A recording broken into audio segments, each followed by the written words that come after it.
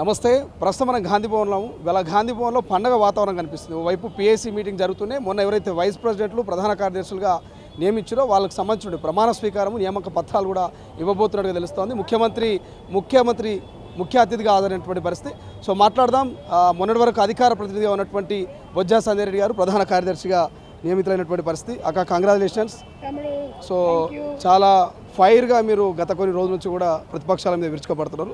So ఎట్లా చూస్తారు? తాజాగా హరీష్ రావుకు సంబంధించిన ఒక సభలో, ఇటు జగదీశ్వర్ రెడ్డికి సంబంధించిన ఒక సభలో కొన్ని ఫ్లెక్సీలు వచ్చినాయి. ఆ ఫ్లెక్సీలో 3.0 బీఆర్ఎస్ పార్టీకి సంబంధించి రప్ప అనేటువంటి కొన్ని డైలాగ్స్ కనిపిస్తున్నాయి. ఎట్లా చూస్తారు? రప్ప అధికారంలోకి వస్తే మిమ్మల్ని అనే విధంగా పెడతా ఉన్నారు. ఎట్లా రప్ప కాదు, సిగ్గు శరాలు మీకేమైనా ఉన్నాయారా? రప్ప అని మీరు పగటి కళలు అంటున్నారా? మీరు అంటే మళ్ళీ మీరు అధికారంలోకి వస్తారని మీరు అనుకుంటున్నారా? ఆల్రెడీ మీకు పూడ్చి బొందబెట్టిరు. ఎమ్మెల్యే ఎలక్షన్లో, ఎంపీ ఎలక్షన్లో ఉన్నది కూడా ఉడ్చుకొని పోయింది. మళ్ళీ రప్ప ఎట్లనే మీకు అసలు సిగ్గు అనేది ఏమైనా ఉన్నదిరా? మీరు ఫోన్ ట్యాపింగ్ ఎవరు చేసిండ్రా? మీరు భార్య భర్తలు మాట్లాడుకుంటే చేసి ఆనందం పొందుతారా? అంటే ఇక అవి మీడియా ముందు అనొద్దో నాకు తెలియదు, కానీ అంటే భార్య భర్తలు ఏదైనా చేస్తే చూసి ఆనందిస్తారు వీళ్ళు. అది ఎంత నేరం తెలుసా తమ్మి మీకు? నేను గతంలో కూడా చెప్పిన, ఓడలో తాటి చెట్టులాగా పెరిగిండు కానీ మైండ్ పెరగలేదు అని చెప్పిన. ఈరోజు మళ్ళీ రప్పడు ఒక్కొక్కటి. మరి మిమ్మల్ని ఫోన్ ట్యాపింగ్ విషయంలో భార్య భర్తలు మాట్లాడుకుని ఒక సీక్రెట్ దగ్గర ఒక మంచానికి కింద మీరు రికార్డు పెట్టేసి మీరు చేస్తే మిమ్మల్ని ఎట్లా నరకాలి? మీకు సిగ్గున్నది? ఒక రాజ్యాంగం మనకు ఒక హక్కునిచ్చింది. మన జీవితానికి మనకంటూ ఒక పర్సనల్ ఉంటుంది అని మీరు రాజ్యాంగాన్ని ఉల్లంఘించారు. మిమ్మల్ని ఎట్లా నరకాలి? రప్ప నరుకుతుంటున్నావు కదా, పిచ్చిలేసి తిరుగుతున్నారు. మీ నాయకుడు ఎవడో తెలియదు, మీ పార్టీ అసలు స్థితిగతులు ఏందో తెలియదు. ఒకడేమో మీ బామ్మాడిది ఒకడు పోతాడు అక్కడ, ఒకడు మీ మరదలేమో అటుపోతుంది, మీరందరేమో ఇటుపోతుంది, మీ మరదలేమో తిహార్ జైలుకు పోతుంది, ఈయనేమో ఏసీపీ అంటాడు. పిచ్చులేసి ఏం మాట్లాడుతారో తెలియదు. అరే సంవత్సరంన్నర కాకముందుకి ఈ కొడుకులకి అసలు ఇవాళ అధికారం కోల్పోయి ఎలా అయిపోయిండ్రంటే మతిస్థిమితం కోల్పోయినలాగా మాట్లాడుతున్నారు. మరి ఇవాళ రప్ప అంటున్నావు కదా, మిమ్మల్ని తెలంగాణ ప్రజలు రఫ్ఫాడిచ్చి తన్నిండ్రు కాబట్టి పోయి పడ్డారు ఫామ్ హౌస్లో. మళ్ళీ తంతారని మాట్లాడుతున్నావు, మళ్ళీ అని చెప్తున్నావు. అంటే పగటి కళలు కానీ అంత అవకాశం తెలంగాణ ప్రజలు మీకు ఇవ్వరు. రాజ్యాంగం అంటే మీకు విలువలు లేవు, కోర్టులు అంటే విలువలు లేవు, తెలంగాణ ప్రజలంటే విలువలు లేరు, ఆత్మగౌరవం లేదు, ఏమీ లేదు, సిగ్గులు లేవు, శరాలు లేవు, లజ్జలు లేవు, మానం మర్యాద ఏమీ లేదు బీఆర్ఎస్ పార్టీకి. బీఆర్ఎస్ పార్టీ తెలియదు, అది టీఆర్ఎస్ పార్టీ తెలియదు, ఏమీ తెలియదు. ఈ కొడుకులకి ఏదో మైక్ ఉంది కదా అని మూతికాడ పెట్టుకొని ఇష్టం వచ్చినట్టు మాట్లాడితే అందరు తెలంగాణ ప్రజలు మిమ్మల్ని నరుకుతారనే పదం ఎట్లా వాడొచ్చా? రాజ్యాంగంలో వాడికి రాజ్యాంగం గురించి తెలిస్తే కదా మాట్లాడడానికి. రాజ్యాంగం గురించి తెలిసినోడు ఉంటే మా రికార్డులు ఎందుకు చేస్తాడు? ఇవాళ ప్రభాకర్ రావు కుటుంబాన్ని నాశనం చేసిరు, పోలీసు యంత్రాంగాన్ని కుటుంబాలు నాశనం చేసిరు, వాళ్ళు బలైపోయినరు. వీళ్ళు బాగానే ఎవరు బలిసిన కొడుకులు దున్నపోతులాగా మంచి కూర్చున్నారు, మంచిగా తిన్నారు, ఓ 10 తరాలకు సంపాదించి పెట్టిరు. ఇలా కాళేశ్వరం ప్రాజెక్టులో ఇంజనీర్లు తప్ప అంటారు ఈ కొడుకులు. ఇంజనీర్ల పానాలు ఎంత అండి?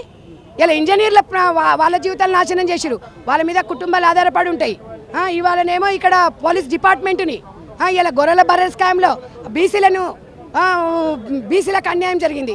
ఇక ఆమె పోయేమో ఆర్ కృష్ణయ్య దగ్గర పోతుంది. ఈమె ఇలా 42% కోసం పోరాటం చేస్తుంటుంది కదా కల్వకుంట్ల కవిత.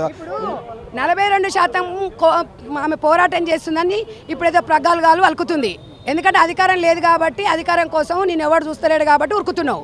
మరి నిజంగా మీ అయ్యే 10 ఏళ్ళు ఉన్నప్పుడు బీసీలో 42% మీకు ఎందుకు అడగలేదని ఇలా తెలంగాణ ప్రజలు అడుగుతున్నారు. అసలు ఊళ్ళలోకి రానిచ్చే పరిస్థితి లేదు కవిత అని తెలుసా మీరు? కాబట్టి ఆర్ కృష్ణయ్య దగ్గరికి పోతుంది, ఇక్కడ మందకృష్ణ మాదిగద వారి దగ్గర అందరికి పోదు. ఓకే, మీరు సమాజం కోసం కష్టపడండి, మీరు చేయండి, వద్దనం, కానీ మిమ్మల్ని నమ్మే పరిస్థితి తెలంగాణ సమాజం లేదు. ఇవాళ తెలంగాణలో నమ్ముకున్నలని మీరు నట్టెంట్ల ముంచనీక ఉన్నదే మీరు. ఇవాళ తెలంగాణ ప్రజలని నమ్ముకొని నట్టెంట్ల ముంచిర్రు. ఆల్రెడీ 10 సంవత్సరాలు మిమ్మల్ని చూసిర్రు. ఒక 30,000 కోట్లతో అయ్యేది 1,00,000 కోట్లు చేసిర్రు. అందులో త్రిమింగళాలు మొత్తం మీ కుటుంబాలు మొత్తము జీవితాలను విచ్ఛిన్నం చేసిర్రు. నమ్మే పరిస్థితులు కూడా ఇలా తెలంగాణ ప్రజలు కూడా ఎవరు లేరు. ఒక్కటే చెప్తున్నా నేను, ఇవాళ తెలంగాణ ప్రజలు మీకు అవకాశం ఇచ్చినప్పుడు మీరు తెలంగాణ ప్రజలకు న్యాయం చేయలేదు. కాబట్టి తెలంగాణ ప్రజలకు న్యాయం చేయలేని వ్యక్తులను తెలంగాణ ప్రజలు నమ్మరు. బీసీలను నమ్ముతామంటారు. బీసీలు ఎట్లా నమ్ముతారండి వీళ్ళను? ఇలా తెలంగాణలో బీసీలకు పెద్దపీట వేసింది కాంగ్రెస్ పార్టీ, అవునా? ఇవాళ బీసీలకు పెద్ద 42% అని ఇవాళ మా రాహుల్ గాంధీ గారు ఒక నినాదం తీసుకొచ్చిరు. మరి అంతకుముందు మీరెందుకు చేయలేదు? 32%, అప్పుడు 28%, 32% కాంగ్రెస్ పార్టీ, ఉమ్మడి కాంగ్రెస్ పార్టీ ఉన్నప్పుడు మేము ఇచ్చినాము. మీరున్నప్పుడు 18% కూడా ఇవ్వలేదు. బీసీలను అందరినీ మహారాష్ట్ర తీసుకుపోయింది. అప్పుడు ఏం పొడిచిండు కేసీఆర్? ఎవడు నమ్ముతాడు మిమ్మల్ని? ఇవాళ రైతుల పక్షపాత అంటే ఇవాళ 2,000 కోట్లు నిధులు ఇవాళ రిలీజ్ చేసిండు. రాష్ట్రాల తెలంగాణ రాష్ట్రంలో రైతుల పక్షపాతి, రైతుల కుటుంబము, రైతు రాజ్యమే ఇలా కాంగ్రెస్ పార్టీ. ఇంతకన్నా పండుగ సందర్భం ఉండదు. రైతన్నల ముఖంలో ఆనందం చూస్తే మనమందరం బాగుంటాం. నువ్వైనా నేనైనా మధ్యాహ్నం అన్నం తినాల్సిందే. ఆ అన్నం 4 ముద్దలు నోట్లకు రావాలంటే రైతన్నలు బాగుండాలని నినాదంతో మరి రేవంత్ రెడ్డి గారు ఇవాళ తెలంగాణ తరపున తెలంగాణ సీఎంగా ఆయనను మనం అందరము ఆయన రక్షించుకోవాల్సిన బాధ్యత ఉంది. ఆయన ఎవడొక మాట అన్నా నాలుక తీసి తోలు తీసి డోలు కడతాం కొడక.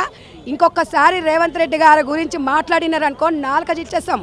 ఇవాళ తెలంగాణ సీఎం అయినా మతి సుమితం కోల్పోయి ఇష్టానుసారిగా మాట్లాడుతున్నారేమరా మీరు? బలిసి కొట్టుకుంటున్నారా కొడుకులారా? ఏమనుకుంటున్నారు మీరు?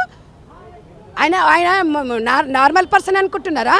ఒక్కొక్క మెట్టు ఎక్కుకుంటూ వచ్చిండు. ఆయన నామినేటెడ్ పదవులలో రాలా. ఆయన సీఎంని రక్షించుకోవాల్సిన బాధ్యత మాకుంది. కాబట్టి ఒళ్ళు దగ్గర పెట్టుకొని మాట్లాడండి. రప్పగా రానురా, బయటికి రా, మీ సంగతి ఏందో చూస్తారు. ఖబర్దార్. ఇది మొత్తం మీద రప్పారప్ప అనేటువంటి ఏవైతే పోస్టర్లు వెలిసినాయి, ఈ పోస్టర్లకు సంబంధించి కాంగ్రెస్ నేతలు అయితే ఆగ్రహం వ్యక్తం చేస్తున్నారు. మనం చూసినాం గతంలో నిన్న మొన్నటి వరకు ఏపీకి సంబంధించి ఈ రప్పారప్ప అనేటువంటి అంశం తెర మీదకి వస్తే ఇప్పుడు ప్రధానంగా తెలంగాణలో కొన్ని బీఆర్ఎస్ పార్టీకి సంబంధించిన కార్యక్రమాల్లో ఈ రప్పారప్ప అనేటువంటి పోస్టర్లు వస్తున్నాయి. వీటికి కాంగ్రెస్ పార్టీ నేతలు వరుసగా కౌంటర్లు ఇస్తున్నటువంటి పరిస్థితి కనిపిస్తుంది. కెమెరా పర్సన్ అజయ్తో శ్రీశైలం, తొలి వెలుగు, గాంధీ భవన్. ప్రపంచంలో ఏ మూల ఏ క్షణం ఏం జరుగుతుందో వేగంగా తెలుసుకోవడానికి తొలి వెలుగు వాట్సాప్ ఛానల్ని ఫాలో చేయండి.